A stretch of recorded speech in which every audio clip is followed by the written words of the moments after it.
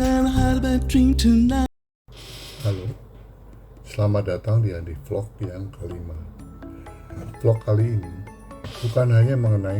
bukan membahas mengenai car audio, tapi lebih dekat ke hubungannya dengan pembuatan box speaker dan crossovernya. Tapi biarpun gimana pun juga, hal ini masih berhubungan dengan tuning di car audio. Vlog kali ini mengenai pemilihan sistem audio.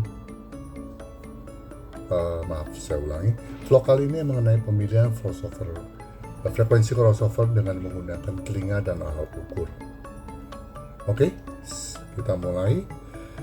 Vlog kali ini saya kasih judul bagaimana mencari potongan crossover yang optimal atau yang maksimal dengan mengandalkan telinga dan juga dibantu dengan alat ukur.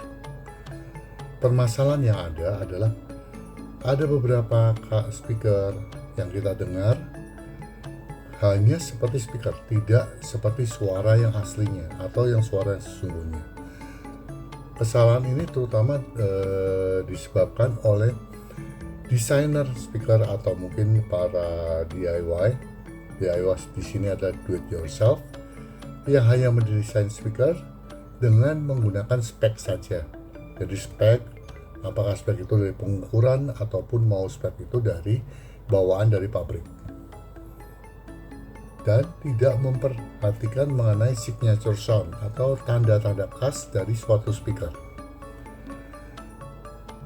Desain yang hanya mengandalkan spek saja akan membuat sebuah speaker akan bersuara biasa saja, tidak ada rohnya, dan tidak menghasilkan suara yang maksimal dari sistem speaker tersebut. Oke, apa penyebabnya? Kebanyakan pembuat speaker atau tuner hanya membuat speaker dengan desain teknis, di mana tanpa memperhatikan signature sound dari speaker yang dipakai tadi. Hal ini sering terjadi juga di car audio, seperti para installer atau tuner hanya melihat spek ataupun hanya melihat spek respon frekuensi saja. Dan yang salahnya di sini menurut saya adalah mereka tidak mencari di mana speaker itu bekerja dengan nyaman. Speaker yang nyaman akan mengeluarkan suara maksimal pada saat dia dibunyikan. Oke, sebagai contoh misalnya di car audio banyak yang menggunakan speaker pot di dashboard, di atas dashboard atau di pilar dengan box yang kecil. Tetapi setelah itu mereka memaksakan untuk bekerja mid-range atau full-range-nya di frekuensi yang rendah. Secara natural dengan box yang kecil, frekuensi mid-low akan di-boost karena itu memang sudah bawaan dari suatu speaker bila mana ditaruh di box yang kecil. Dengan box yang kecil dengan adanya peak tadi membuat suara tidak natural, tidak seperti aslinya, karena ya tadi faktor peak yang ada di box speaker yang kecil tadi. Atau mungkin misalnya di Twitter menggunakan cutting frekuensi yang terlalu rendah mungkin tidak akan membuat speaker itu rusak, tapi dia akan bersuara tidak nyaman atau mungkin seperti menjerit atau menyerang seperti itu. Dan biasanya setelah orang membuat spek, melihat spek dari speaker, kemudian dibuat boxnya, dibuat segala macam-macamnya, mereka selalu mendesain crossover. Setelah mendesain crossover itu, mereka membeli perangkat part-partnya seperti kapasitor, coil, ataupun juga resistor. Setelah itu mereka merakit, dan kadangkala mereka begitu dengar kok suaranya seperti hanya ini, seperti kayak gini aja. Kemudian mereka mulai mengotak-atik lagi crossovernya, membeli part lain lagi ya kan? Mungkin bagi beberapa orang hal ini adalah suatu kepuasan yang tersendiri. Tetapi untuk orang yang pengen membuat sekali jadi akan membuat frustasi atau mungkin bisa stres. Frustasinya kenapa? Ini dengan udah sesuai semua dengan teori yang ada di buku ataupun ada di internet, kok suaranya tidak sesuai dengan ekspektasi yang dihasilkan. Oke, gimana cara untuk menyelesaikan masalah ini? Data spek dari sebuah speaker memang penting dalam pembuatan speaker, baik itu speaker mobil, speaker di mobil maupun di home audio. Tetapi banyak yang orang lupa adalah bahwa tiap speaker mempunyai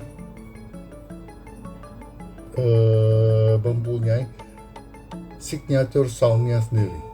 Signature sound itu misalnya speaker A, dia punya suara yang tidak enak di frekuensi 300 Hz atau mungkin di 600 Hz atau apa. Secara diukur itu tidak kelihatan. Karena yang diukur hanya kekencangan suara di frekuensi tertentu. Seperti kita lihat biasanya kita menggunakan RTA atau alat ukur. Yang terlihat hanya data X dan Y yang berupa level dan frekuensi. Hal-hal ini menyebabkan kita tidak bisa tahu apakah speaker ini bekerja di frekuensi nyamannya atau tidak. Kemudian, apa yang kita perbuat untuk bisa mengetahui frekuensi yang nyaman? Pertama kali, kalau bisa kita menggunakan yang namanya frekuensi generator.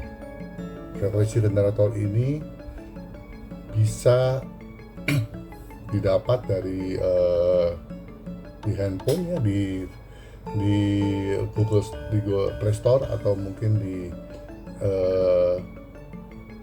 iPhone juga, di Apple ada di sana, dan itu banyaknya gratis.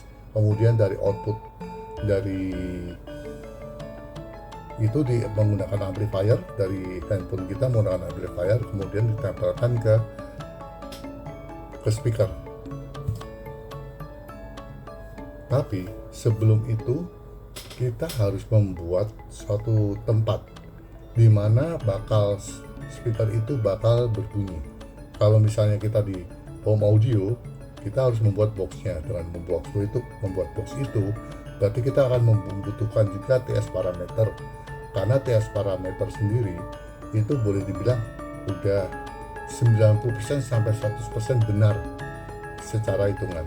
Yang tidak bisa benar adalah pemilihan frekuensi crossover. Mungkin untuk aman bisa, misalnya kita punya suatu spek speaker yang bekerja dari frekuensi 300 sampai mungkin 10.000, kita potong di 400 sampai 8.000, berarti kita udah berbuat sesuatu yang aman untuk speaker kita. Tapi apakah speaker itu berbunyi nyaman? Belum tentu. Gimana caranya? Ya tadi, menggunakan frekuensi generator. Untuk mengetahui frekuensi generator itu kita mulai sweep dari frekuensi rendah, kemudian kita mulai naik ke frekuensi yang lebih tinggi. Misalnya kita sweep dari sebuah woofer, kita sweep dari frekuensi rendah di 20 Hz ya, kita naikin frekuensi pelan-pelan. Oh, ini speaker ini bagus nih di frekuensi 50-nya, ya kan? Terus kita naikin sampai 300. Wah, ini sampai 300 ini bagus nih, sangat bagus. Kemudian kita sweep naik lagi dari 300 sampai 600 Hz. Oke, ini bagus. Kemudian di 600 sampai 2300 misalnya. Oh, ini cukup bagus. Dan seterusnya sampai di frekuensi yang tinggi. Langkah ini juga dilakukan di mid-range ataupun mungkin di Twitter juga. Dengarkanlah, ada peak atau tidak, atau suatu anomali di frekuensi yang kita suka. Dengar misalnya tadi contoh yang 30 sampai 300 Hz tadi bagus, berarti di 300 ini ada perubahan, entah itu puncak ataupun deep ataupun mungkin distorsi di sana. Satu lagi di 600, yang tadi kan 300 sampai 600 itu bagus. Kemudian ada penurunan lagi misalnya di 2300, dan hal-hal seperti ini ialah yang kita bisa bantu dengar dengan menggunakan sleep frekuensi. Lakukan hal ini, kemudian kembali ke frekuensi driver lain seperti mid-range atau tweeter, kemudian gambar kurang lebih seperti apa secara kasar. Setelah menemukan titik nyaman dari tiap-tiap driver tadi, kita buatkan crossover sederhana 6 dB yang mungkin teorinya banyak sekali ada di internet. Kemudian bunyikan di tadi dengan menggunakan lagu, ya kan? Apakah suaranya sudah lebih baik? Apakah suaranya sudah lebih seperti suara aslinya? Apakah suaranya sudah tidak seperti speaker lagi? Kemudian setelah dari situ kita bermain dengan slope. Kalau udah ketemu, misalnya kita udah ketemu frekuensi potongannya, kita bermain slope. Apakah nanti suaranya paling nyambung antara mid dengan tweeter atau dengan antara tweeter dengan mid range-nya? Kita cek lagi, dan hal itu membutuhkan suatu pengalaman yang lebih dalam lagi. Tapi paling tidak kita akan mengandalkan bantuan dari alat yang telah kita punya, yaitu telinga kita, untuk memutuskan frekuensi mana yang terbaik. Setelah semua selesai atau apa, kembali lagi kita pasang alat ukur kita untuk mengecek level kekencangan dari masing-masing driver. Kalau kekencangannya sudah sama, berarti oke, selesai speaker kita, selesai sistem car audio kita. Kalau masih belum pas atau apa, kita akan paskan diri sendiri lagi dengan menggunakan level kalau di car audio, atau menggunakan resistor untuk di home audio. Dengan bantuan dua alat ukur yang ada, yaitu dengan menggunakan mic dan telinga, kita padukan sekaligus. Itu akan membuat hasil suara dari sistem yang kita buat itu menjadi lebih maksimal. Apabila ada dua pertentangan, misalnya dari alat ukur dan telinga, itu lebih baik di suara di telinga, makanya sebaiknya ambil yang dari telinga, dibandingkan dari kita memaksakan flat di alat ukur tapi warna suaranya menjadi biasa saja. Dalam mengecek audio, misalnya kita mengecek potongan mid dengan mid bass atau mungkin woofer dengan tweeter atau speaker yang lain atau mid range, sebaiknya menggunakan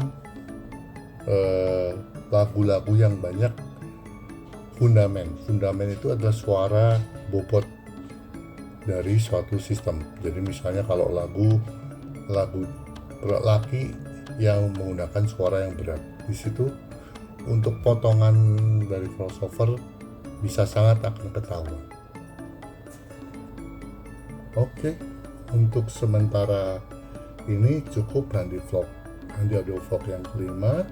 Sampai jumpa di lain kesempatan. Terima kasih.